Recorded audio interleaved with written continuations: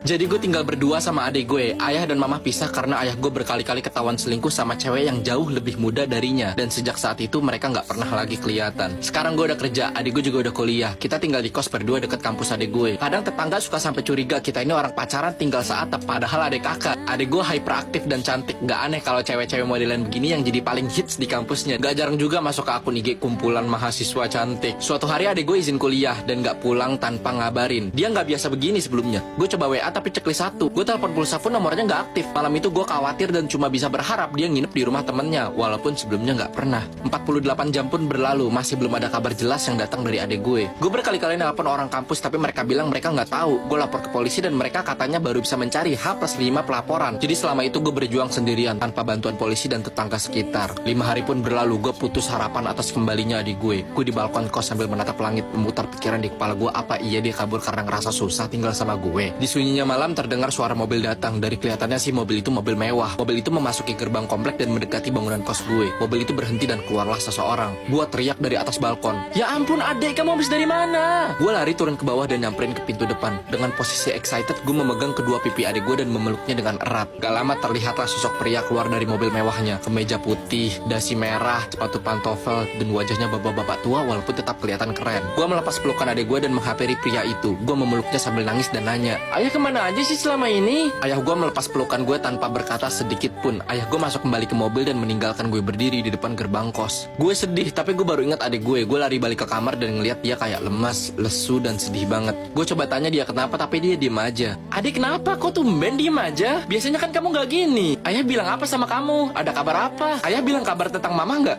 Mama sehat." Dari banyaknya pertanyaan gue, adik gue cuma bengong dan meminta gue keluar kamarnya. Gue pun dengan pasrah balik ke kamar dan tidur. Nah, kemarin adalah bulan kedua semenjak adik gue ketemu ayah, dan sampai saat ini pun dia masih sering bengong dan gak pernah mau gue ajak ngobrol. Malah sepertinya tambah memburuk ya. Tatapannya selalu kosong kayak orang gimana gitu. Seminggu belakangan ini banyak banget paket yang datang ke kos yang ternyata barang-barang semacam pis, alat-alat besi aneh gitu. Gue juga gak ngerti itu apa. Gue ngomong dalam hati nih, orang mau apa gimana sih, mana alat-alatnya itu kayak alat-alat operasi dokter gitu. Hari ini gue keluar kota, ketemuan sama teman lama gue yang sekarang udah jadi dokter. Kita ngobrol-ngobrol tentang adik gue ini. Apa adik gue trauma dan harus ke terapis? Apa adik gue habis denger cerita yang buat dia sedih? Apa gimana gitu? Temen gue duduk dengan santai di hadapan gue sambil mendengarkan cerita panjang gue. HP gue geter berkali-kali, telepon dari nomor gak dikenal yang digitnya cuma 31110 kalau gue gak salah lihat. Tapi sengaja gak gue angkat karena kita lagi ngobrol serius. Tatapan teman gue itu makin serius ketika gue deskripsiin alat-alat yang dibeli adik gue kemarin-kemarin. Dia nanya banyak ke gue. Semua alatnya besi. Iya, ada yang bentuknya kayak gunting tapi bukan gunting. Iya, ada yang kayak sendok tapi gagangnya panjang banget. Iya, ada. Kok lu tahu semua sih? Dia diam sejenak. Tatapan santainya berubah jadi tatapan serius. Gak lama dia ngomong,